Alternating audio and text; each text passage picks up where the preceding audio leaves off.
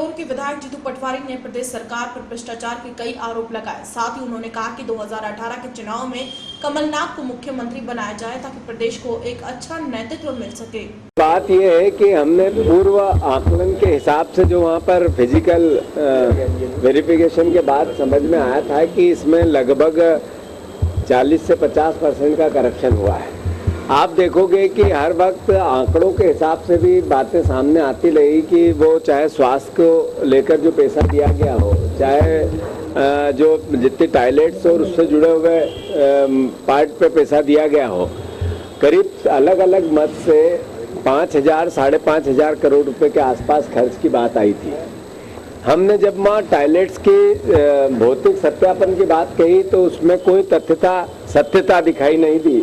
और साथ ही आप देखोगे स्वास्थ्य से संबंधित और खासकर जो अस्थायी खरीदी हुई थी या तात्कालिक खरीदी हुई थी, उसमें लगभग 1,000 करोड़ रुपए के आसपास का घपला है। वो रिपोर्ट जब जारी होगी तो आपको पूरा पता चल जाएगा। वो ठीक नहीं रहेगा, मैं मेरी बात नहीं हुई है। और साथ ही जैसा मैंने पहले कहा था कि मध्य प्रदेश की सरकार ने सियासत को लेकर करप्शन किया है। मेरा सीधा आरोप है, मुख्यमंत्री ने उन अधिकारियों को अपॉइंट किया था जिससे कि वो करप्शन कर सके। सियासत में किसी मंत्री और अधिकारियों ने करप्शन नहीं किया, मुख्यमंत्री ने प्लांट वे में करप्शन करवाया और अपने चहेते अधिकारियों को उतने ही दिन रखा जितने दिन सियासत का कार्यक्रम चलना था। मैं समझता हूं कि सियासत के पैसे पे अगर सबसे पहले किसी ने डाका डाला तो वो शिवराज है और उन्होंने ही सबको उस तरीके से प्लांट वे में करीब 2,500 करोड़ से आसपास पूरे पैसे का करप्शन किया है। दूसरा, आपने आज इंदौर में कहा कि अरुण यादव से बेहतर कमलनाथ है और नेतृत्व में परिवर्तन होगा तो हम 2018 में सरकार बना लेंगे। मैंने इंदौर में एक इंटरव्यू में, लोकल हमारा इंदौर का एक चैनल है, उसके इंटरव्यू में कहा कि सवालों के जवाब दिए। मध्य प्रदेश में लोग चाहते हैं कि कांग्रेस की सरकार बने और मध्य प्रदेश में लोग देख भी रहे हैं कांग्रेस की ओर। भारतीय जनता पार्टी के खुद मुख्यमंत्री ने स्वीकार किया है कि हमारी सरकार में किसान ट्रैक्टर नहीं लेते, फिर भी उनकी किस्तें कटती रहती है। उनके ही एक मंत्री ने कहा कि 20% करप्शन के बगैर हमारे सरकार में काम नहीं होता है। उन्हीं के एक पूर्व मुख्यमंत्री ने कहा कि घुड़सवार ठीक नहीं है। फिर उन्हीं मुख्यमंत्री ने कहा कि ये सरकार उधार का घी लेकर पी रही है। हम जब फील्ड में जाते हैं, लोगों के बीच में जाते हैं, कार्यकर्ताओं से मिलते हैं तो सबका भाव एक बनता है कि मध्य प्रदेश की जनता कांग्रेस की ओर देख रही है। हमारी जो विपक्ष की भूमिका होती है उसमें और पेना करने की जरूरत है, धार देने की जरूरत है, मुद्दों को उठाने की जरूरत है और हर हाथ को काम मिले और काम का पूरा दाम मिले, इस भाव को पैदा करने की आवश्यकता है। इसमें मुझसे सवाल किया गया कि क्या कमलनाथ जी को लाते हैं तो ठीक रहेगा। बिल्कुल, कमलनाथ जी को अगर सरकार में, तंत्र में as a chief minister project करने में, व्यवस्था कांग्रेस पार्टी की देखने में, उनको कुल मिला के नेतृत्व देने में कहीं देश की नेतृत्व देखता है तो पॉजिटिव वे में इस बात को लेना चाहिए, न कि विरोध के रूप में नेगेटिव वे में लेना चाहिए। तो पॉजिटिव वे में बात यह है कि कमलनाथ जी सर्वमान्य नेता है। आदरणीय दिग्विजय सिंह जी ने भी उनके लिए एक बार कमेंट किया है कि वो आए तो हमारे कांग्रेस के लिए ठीक होगा। ऐसा ही मेरा भी मानना है कि कमलनाथ जी सर्वमान्य नेता है, सब उनको पसंद करते हैं। कांग्रेस पार्टी उनके नेतृत्व में एक होकर चुनाव लड़ने के लिए लेस हो सकती है, तैयार हो सकती है। तो इसमें मैं समझता हूँ सकारात्मकता है, न कि विरोधात्मक है। अरुण यादव मेरे परिवार के साथी है, मेरा भाई है, दोस्त है, हम दोनों मिलकर राजनीति करते हैं। मैं विरोध के लिए काम नहीं करता हूँ। पार्टी को सकारात्मक रूप से, पॉजिटिविटी के साथ कांग्रेस के विजन को सही तरीके से 2018 में हम जीते, इसको लेके मैंने बात। Kamal Nath is better than Arun Yadav? नहीं, मैंने अरुण यादव, जीतू पटवारी का एक अपना कैलिबर है, अरुण यादव का एक अपना कैलिबर है, दिग्विजय सिंह जी का एक अपना कैलिबर है, ज्योतिराज सिंधिया जी का भी एक अपना कैलिबर है। ऐसे ही कमलनाथ जी इज द बेस्ट। क्या है सबसे बेहतर कमलनाथ इन सब में? नहीं, सब मिला के, जैसे क्या बात है, आप मेरे शब्दों में, मेरे मुंह में शब्द डालने की कोशिश मत करो। सर्वसम्मति से कमलनाथ सबसे बेस्ट नेता है। दिग्विजय सिंह जी ने भी कहा है कि कमलनाथ जी अगर आते हैं तो हम खुशी होगी। ऐसे ही ज्योतिराज सिंधिया जी का भी एक अपना नेचर है। कुल मिला के इसमें बंटवारा नहीं है, इसमें सकारात्मकता, और सब मिलके हम चाहते हैं कि 2018 में जनता चाहती है कि बीजेपी को बदले, तो कांग्रेस भी चाहती है कि कांग्रेस आए। प्रदेश अध्यक्ष बदला जाना चाहिए। मैंने कब कहा ये? नहीं, मैं पूछ रहा हूँ। मैंने कहा नेतृत्व, अगर आपने पूछा कि नेतृत्व कमलनाथ जी को, हमें मैंने कहा कि इज ए बेस्ट, बस नेतृत्व बदला जाए क्या ऐसा है? सामूहिक रूप से नेतृत्व संभालने की आवश्यकता है। कैमरामैन सुनील शर्मा के साथ अनिल पुरोहित की रिपोर्ट।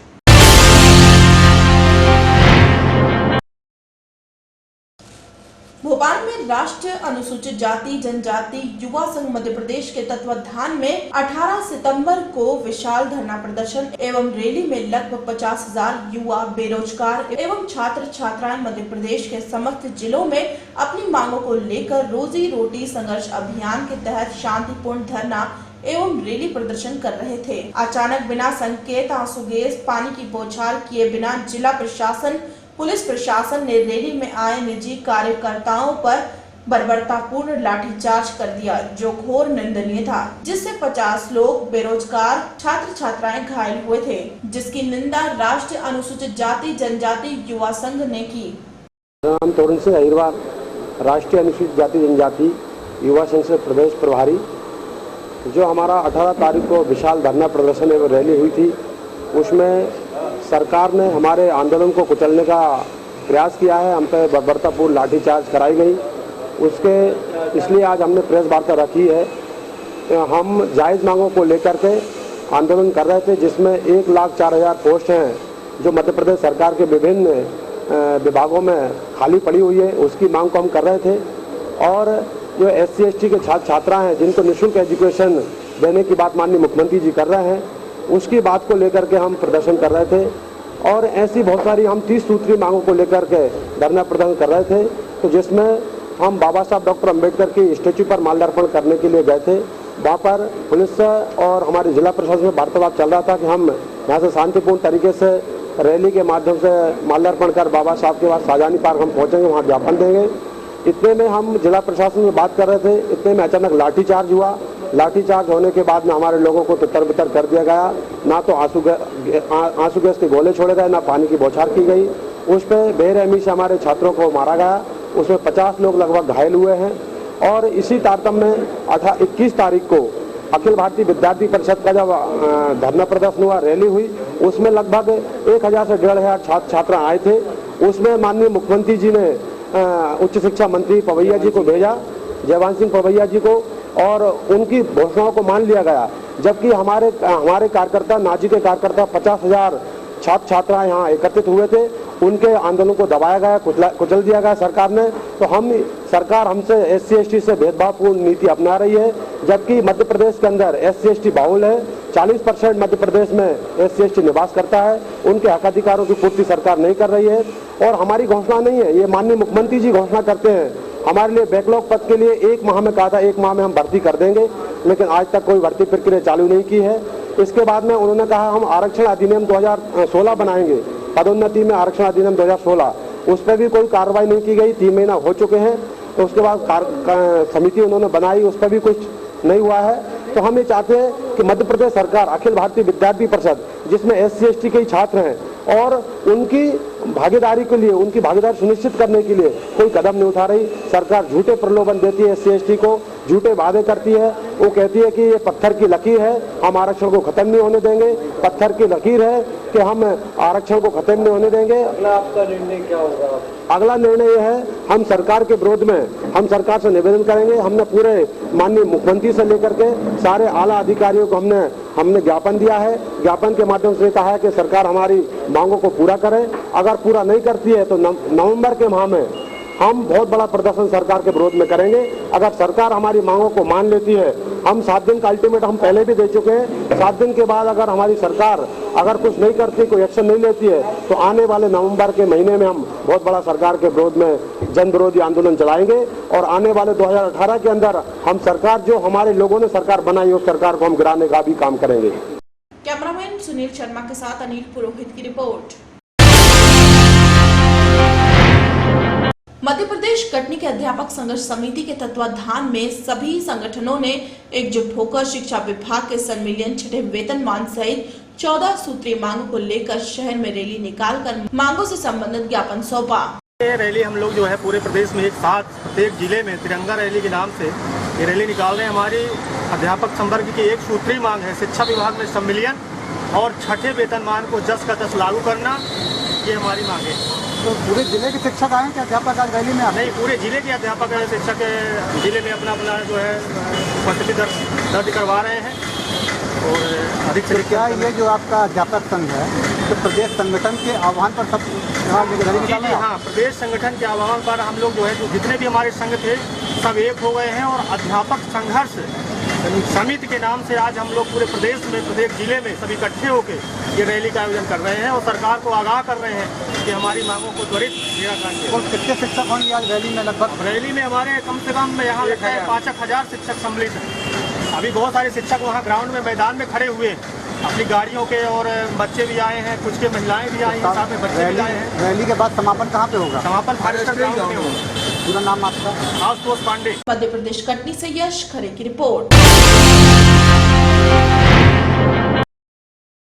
कारागार व्यवस्था पर हमेशा सवालिया निशान लगता है, पर सुधरने का नाम नहीं। कभी कैदियों के फरार होने की खबर तो कभी जेल में मारपीट की, कहीं जेल में भूख हड़ताल, तो वहीं बलिया में आज एक नई कहानी सामने आई है। वहीं 25 दिन पहले चैन छिनेदी में फेफड़ा निवासी रिंकू को कोतवाली पुलिस ने गिरफ्तार कर जेल भेज दिया। रिंकू देवी की गोद में 8 माह की नन्ही जान भी थी, जो जेल यात्रा में साथ रही। बीती रात बच्ची की तबीयत खराब हुई और इसकी सूचना जेल प्रशासन को दी गई, लेकिन जेल प्रशासन के कान पर जूं तक नहीं रेंगी और तबीयत बिगड़ती गई। सुबह मरणासन अवस्था में बच्ची को जिला चिकित्सालय पहुंचाया गया, जहां बच्ची ने पहुंचते ही दम तोड़ दिया। डॉक्टरों का मानना है कि बच्ची की मौत उल्टी और दस्त से हुई है।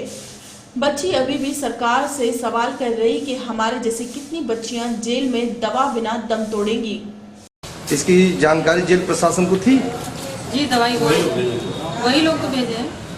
सिर्फ दवाई चल रही थी। कल रात में 11 बजे दवाई हुआ है, 3 बजे हुआ है, सुबह पता चला है तो लेके आए। आप इन्हीं से पूछ लीजिए सुबह से। कहाँ के रहने वाली हैं? फना के। किस जुर्म में सजा काट रही हैं? चोरी के। हम लोग का पर्दार फंसा दिया है। तो कितने दिन का जेल हुआ था आपको? हम लोग का आज 25 दिन हो गया। हम लोग का जुतिया के दिन 3 बजे से हमारी लड़की के मुँह पेट तबीयत खराब हो गया, मस्तक का बुखार हो गया। हम चीफ साहब के कहते रहने, चीफ साहब हमारी लड़की की तबीयत खराब हो, कोनो सुनवाई ना लेते रहना। खाली हमकी सुनवाई कैले में एगो शीशी का दवाई आन देते रहना है, बस कहते रहना तुम्हारी बच्ची वही में ठीक हो जाएगी, बस यही डांट के चल जाते रहना है। हमारी लड़की हमके जान बुझ के हमारी लड़की के मुँह आ देना, कोनो दुख परेशानी हमारे ना रहा लड़की की। अच्छा, और आपके बच्चे हैं? 2 गो हैं बच्चे घर पे। जब यहाँ हॉस्पिटल में आई उसके पहले ये बच्चा मतलब मर चुका था या आने के बाद? आने से पहले पर दम तोड़ दिया था। हॉस्पिटल आने के पहले डेट कर चुका है। आ करते हम बेड पे सुताए, तभी हमारे बच्चा परान। जेल में इसका इलाज सही से नहीं हो रहा था? नहीं, इलाज सही से नहीं हो रहा। इलाज आज हुआ था तो हमारे बच्चा का जान ना गल।